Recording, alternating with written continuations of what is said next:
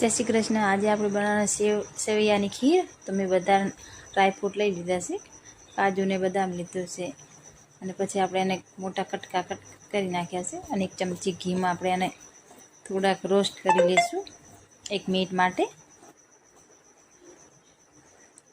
पछी आपणे एने बारे काढी लईशुं। रोस्ट थई जाय एटले आपणा ड्राय फ्रूट रोस्ट थई गया तो एने बारे काढी लईशुं। पछी आपणे बीजी 1 चमची घी नाखीने आपणे सेवैयाने पण 1 मिनिट माटे आने रोस्ट करवानी छे।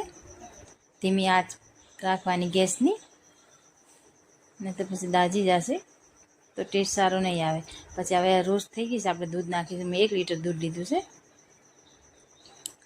नहीं तो पछी घाटी थई जाय एटले सेवैया थोड़ी लीधी थी अने हवे आपणे 2 कटोरी जेटલું खांड नाखीशुं અને એલચી પાવડર નાખશું અને આપણે રોસ્ટ કરેલા છે જે ડ્રાય ફ્રૂટ એ પણ નાખી દઈશું।